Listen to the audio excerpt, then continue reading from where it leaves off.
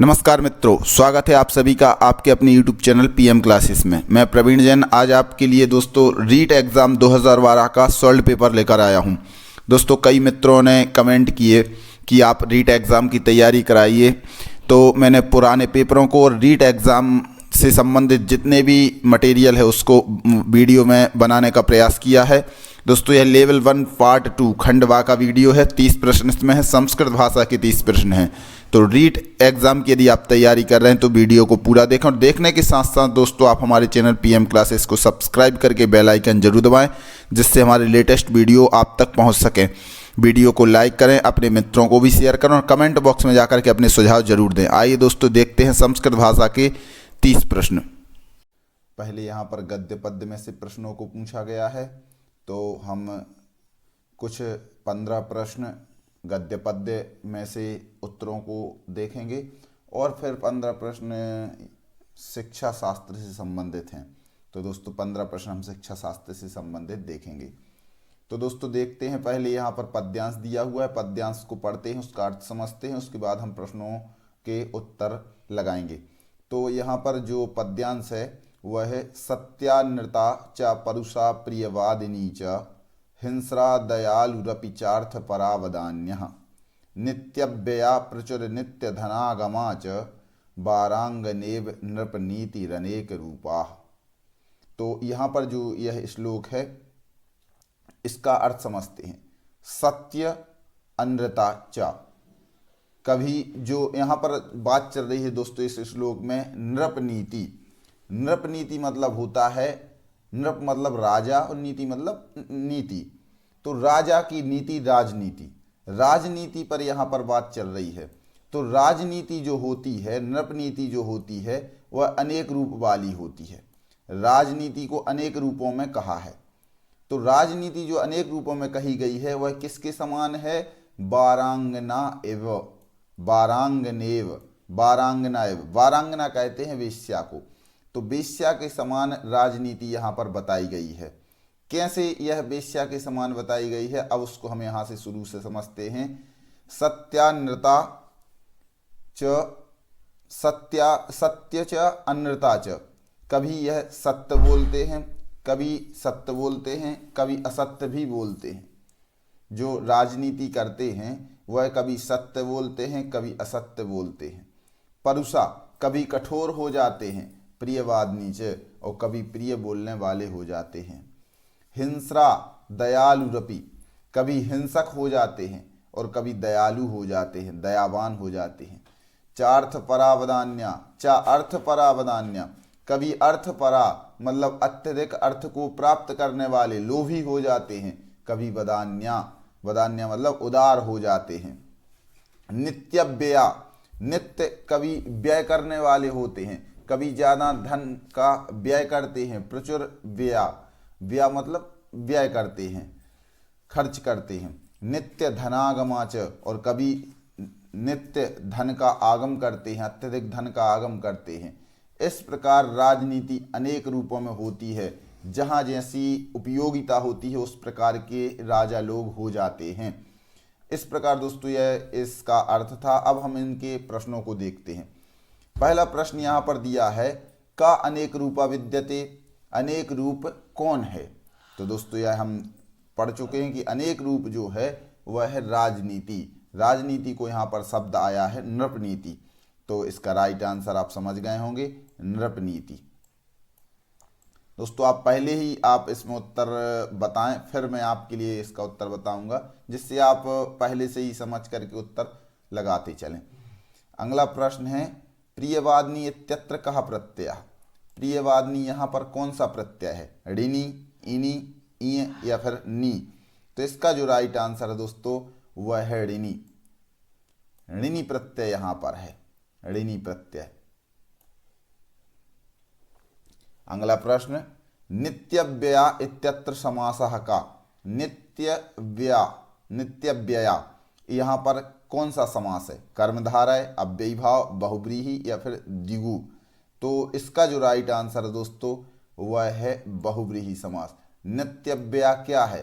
तो नित्यव्यया राजनीति है, नृप नीति है, ऐसा अन्य अर्थ निकलने के कारण यहाँ पर बहुव्रीहि समास है। अगला प्रश्न, वारांगनेव इत्यत्र कः संधि? वारांगना प्लस इव, यहाँ पर कौन सी संधि हुई? तो वारांगना में जो अंतिम क्या है? आ, और यहाँ पर क्या है? इव। तो आ और ई मिलकर के हो जाते हैं दोस्तों, क्या हो जाता है? आ और ई मिलकर के हो जाता है ए, तो बन गया वारांगनेव। तो यहाँ पर दोस्तों जो संधि है वह है गुण संधि।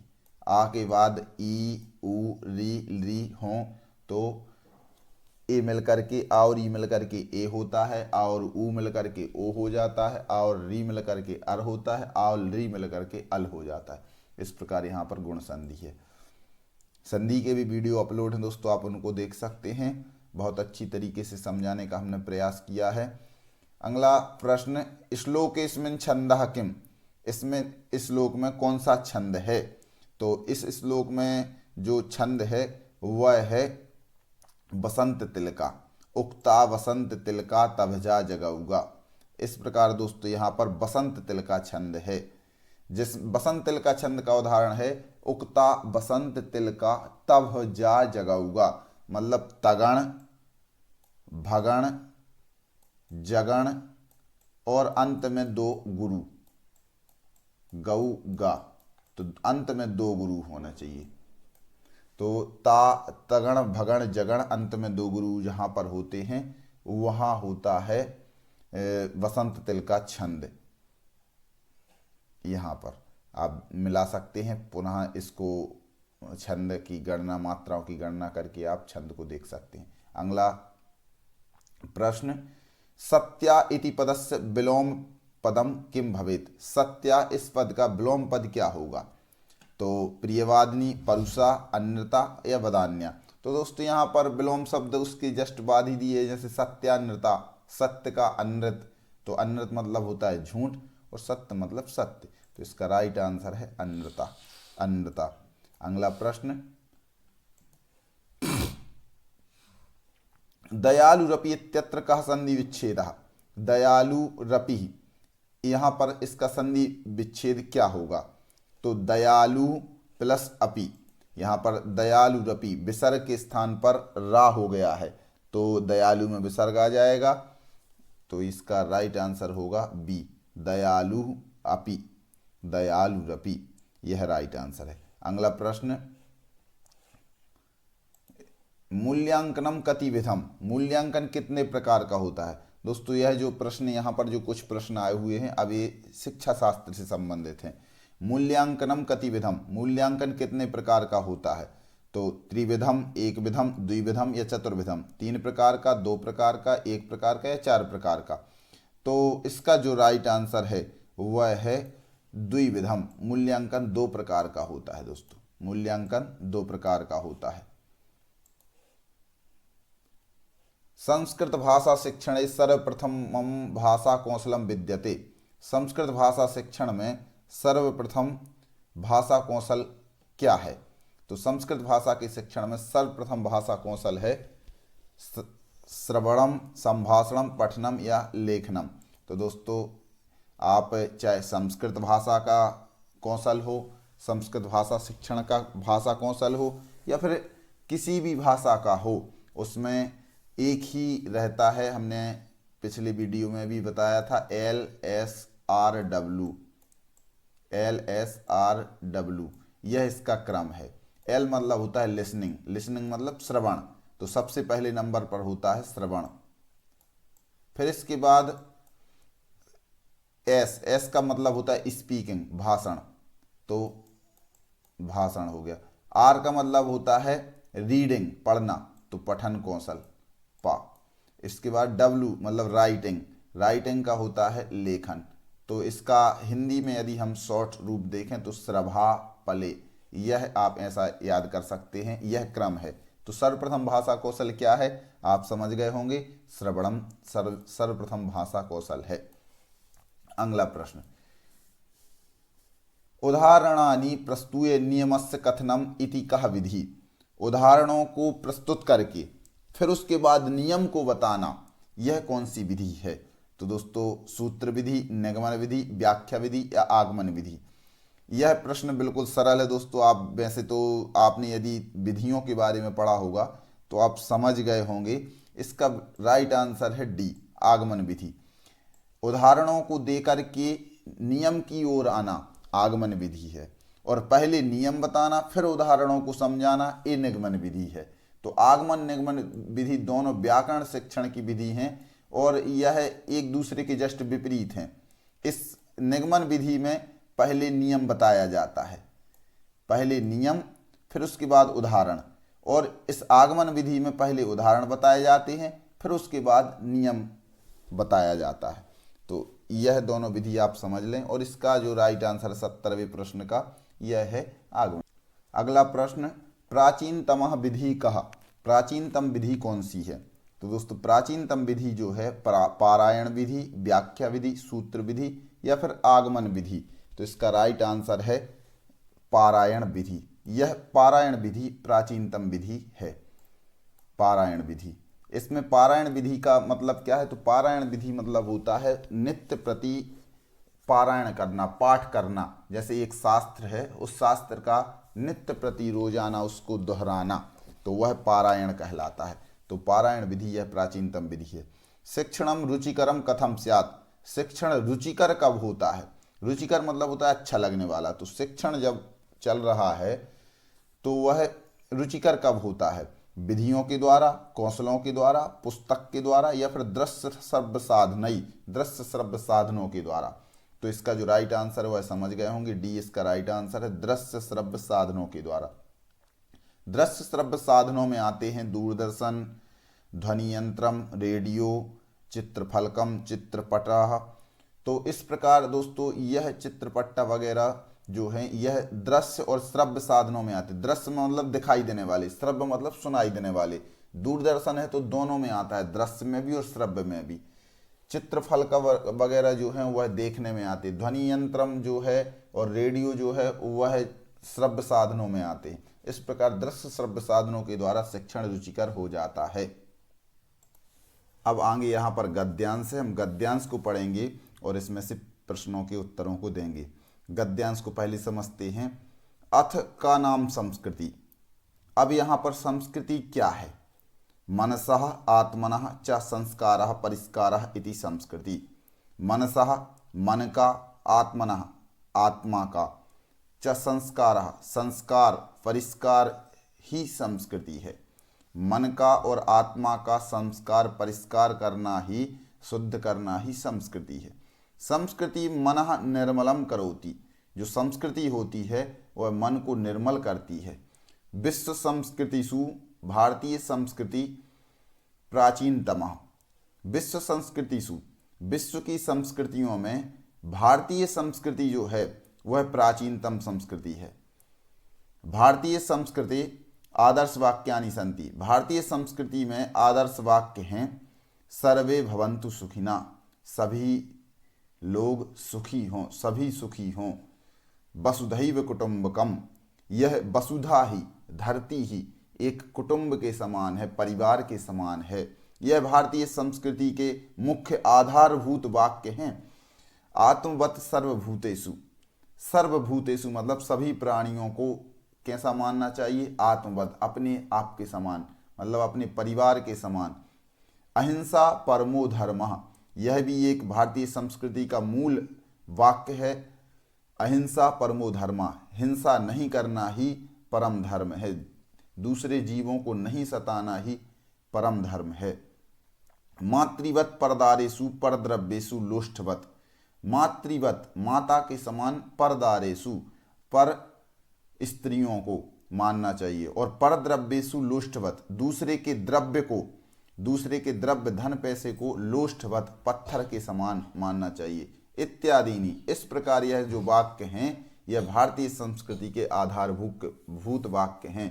भारतीय संस्कृति धर्म प्रधान वर्णाश्रम व्यवस्था युक्ता चास्ति। भारतीय संस्कृति जो है वह धर्म प्रधान संस्कृति है, धर्म की प्रधानता इसमें है।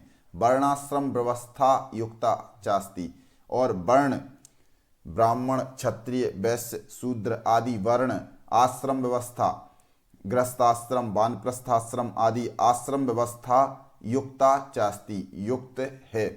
भारतीय संस्कृति जो है धर्म प्रधान है और वर्ण आश्रम व्यवस्था से युक्त है। कर्म फलम पुनर्जन्म मोक्षवादः च अस्या प्रमुखा सिद्धांता सन्ति। कर्म का फल मिलता है, पुनर्जन्म होता है, मोक्षवाद, यह आत्मा यह जीव मोक्ष को प्राप्त करता है, यह इस संस्कृति के प्रमुख सिद्धांत हैं। सत्यस्य त्यागस्य अहिंसायाः च अत्र महत्वम वर्तते। सत्य का, त्याग का, अहिंसा का अत्र मतलब यहाँ इस संस्कृति में बहुत महत्व है। विश्वहितस्य मूलभूताः भावनाः भारतीय संस्कृतौ उपलभ्यन्ते। विश्व हित की मूलभूत भावनाएं भारतीय संस्कृति में उपलभ्यन्ते मतलब प्राप्त होती हैं। तो इस प्रकार दोस्तों यह भारतीय संस्कृति को लेकर के एक गद्यांश था। तो अब इसके हम प्रश्नों के उत्तरों को देखते हैं। सर्वभूतेषु कीदृशा व्यवहारा करणीया। सर्वभूतेषु मतलब सर्व जीवों में, भूत मतलब होता है जीव, तो सभी जीवों से कैसा व्यवहार करना चाहिए। मातृवत परदारेषु परद्रव्येषु लुष्टवत आत्मवत सर्वभूतेषु। इस प्रकार यह दोस्तों यह श्लोक है। मातृवत परदारेषु परद्रव्येषु लुष्टवत आत्मवत सर्वभूतेषु यह जानाति स पंडिता। तो आत्मवत सर्वभूतेषु, सर्वभूतों में मतलब सभी जीवों में कैसा व्यवहार करना चाहिए, आत्मवत। तो इसका राइट आंसर आप समझ गए होंगे, 20 का राइट आंसर है। अगला प्रश्न है वसुधैव इत्यत्र संधि विच्छेदा कार्या। वसुधैव इस पद का संधि विच्छेद करना है। दोस्तों गद्यांश के साथ साथ व्याकरणात्मक प्रश्न भी जरूर पूछे जाते हैं, तो आप व्याकरण को अच्छी तरीके से, जिसमें संधि, समास, कारक आदि को अच्छी तरीके से आप समझ लें, याद कर लें और सीख लें। तो अगला देखते हैं प्रश्न। वसुधा इसका संधि विच्छेद, तो वसुधा प्लस एव, वसुधैव, वसुधा प्लस एव, यहाँ पर वृद्धि संधि है दोस्तों, तो वसुधा प्लस एव यह इसका राइट आंसर।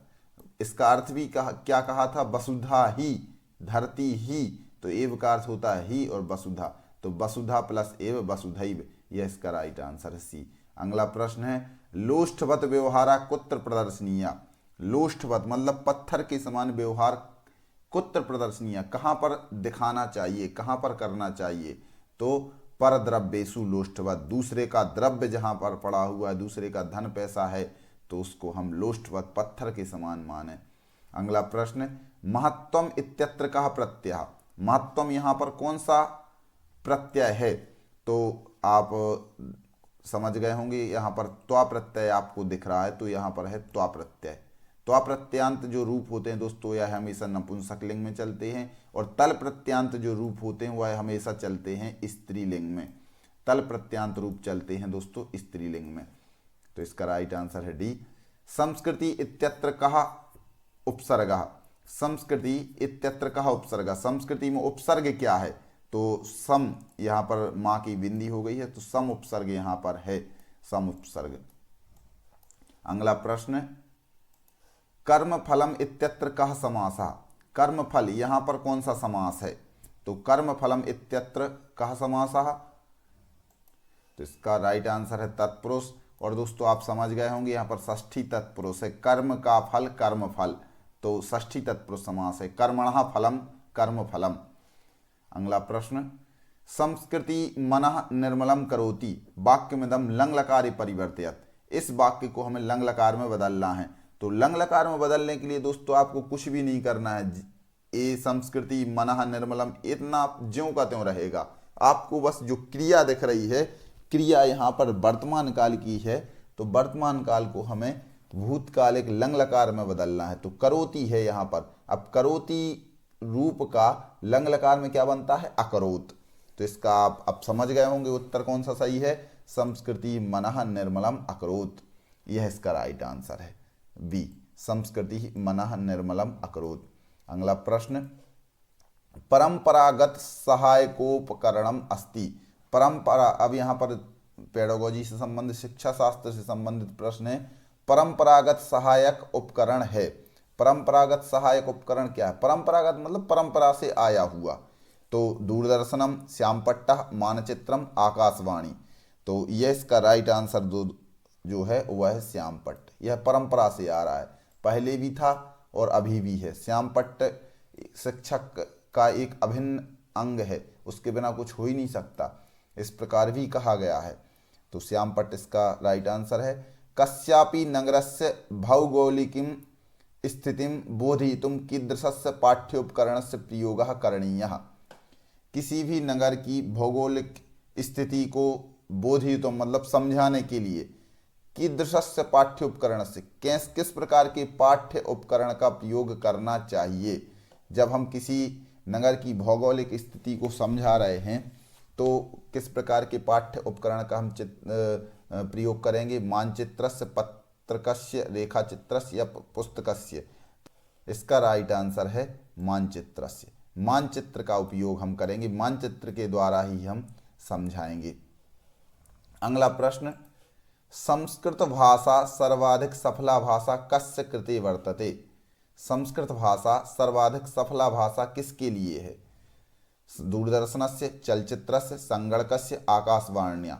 तो संस्कृत भाषा सर्वाधिक सफला भाषा कस्य कृते अस्ति, यह है संगणकस्य कृते। संगणक के लिए, कंप्यूटर के लिए सबसे सफल भाषा जो है वह है संस्कृत भाषा, क्योंकि संस्कृत की जो व्याकरण है वह एक निश्चित व्याकरण है, इसके अलावा कुछ हो ही नहीं सकता।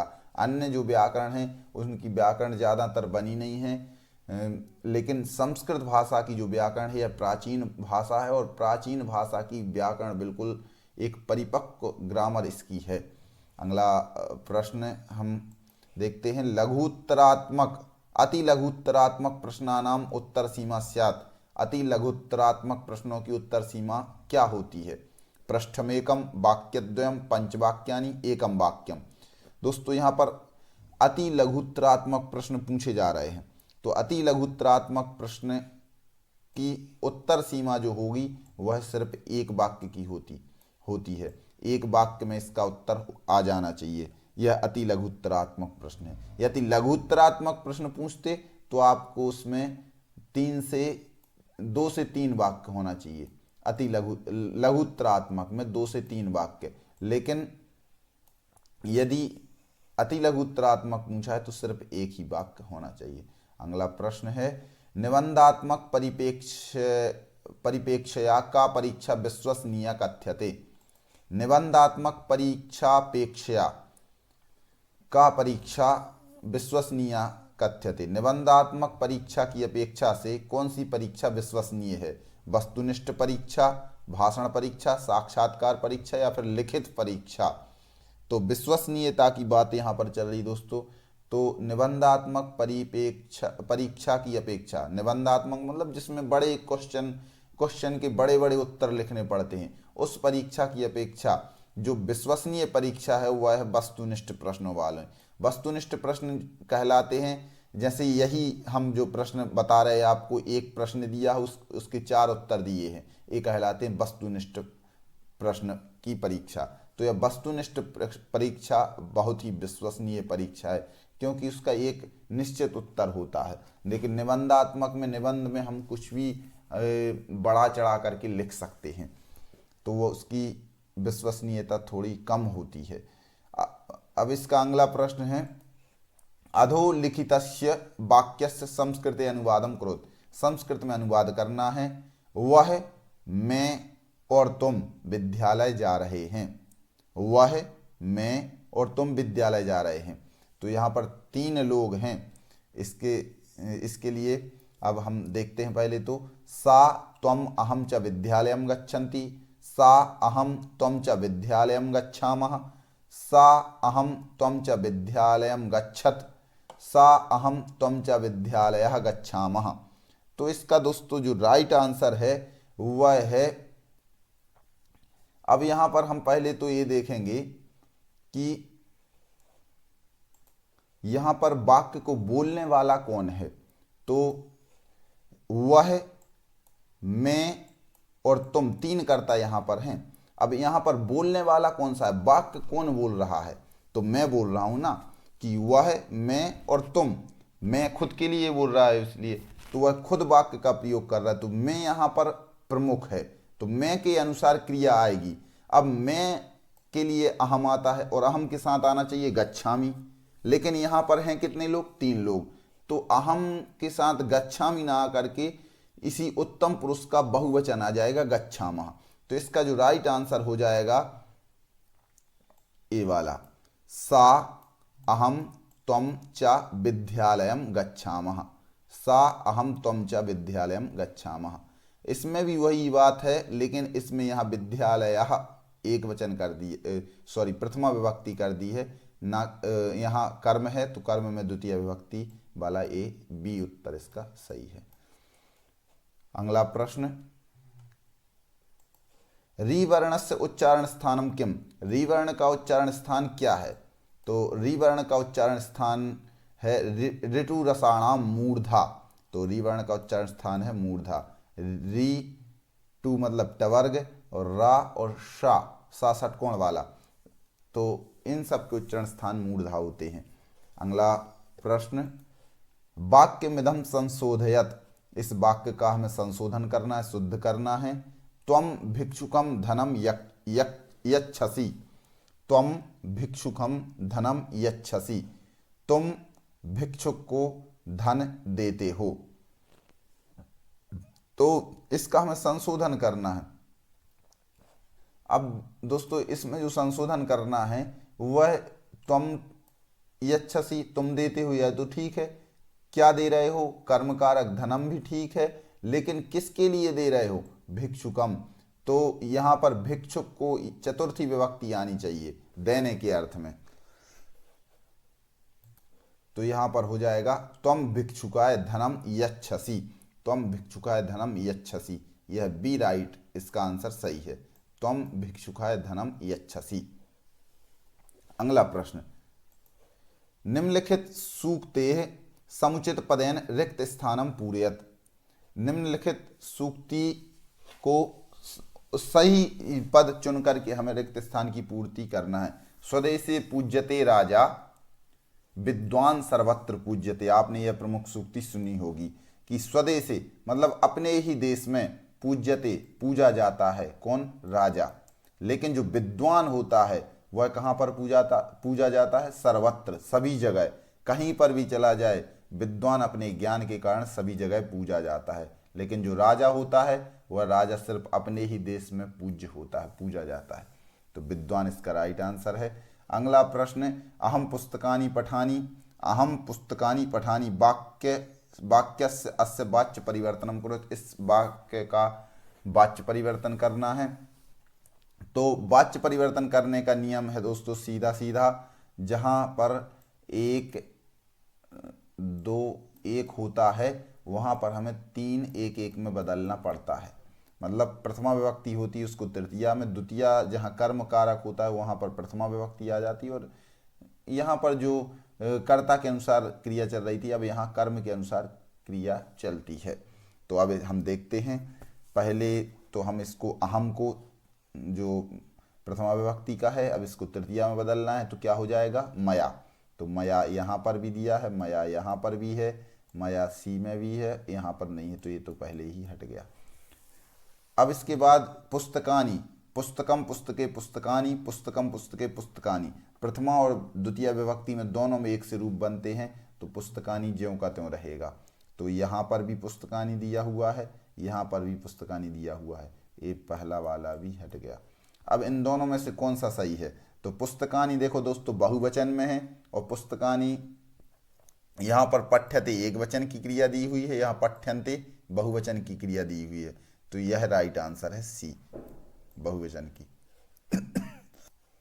अगला अंतिम प्रश्न, वकारस्य उच्चारण स्थानम किम, वकार का उच्चारण स्थान क्या है, तो वकारस्य दंतोष्ठम, दंत और ओष्ठ, तो वकार का उच्चारण स्थान है दंतोष्ठ। इस प्रकार दोस्तों ये 30 प्रश्न हुए, 15 प्रश्न गद्य पद्य से, 15 प्रश्न शिक्षा शास्त्र से। तो दोस्तों वीडियो कैसी लगी आप कमेंट बॉक्स में जाकर के अपनी राय जरूर दें, और भी यदि आप वीडियो प्राप्त करना चाहते हैं किसी भी विषय से संबंधित तो आप ज़रूर बताएं, किसी भी एग्ज़ाम से संबंधित हो। और दोस्तों आप हमारे चैनल पीएम क्लासेस को सब्सक्राइब करना भी ना भूलें, जिससे हमारे वीडियोस आप तक पहुंच सकें।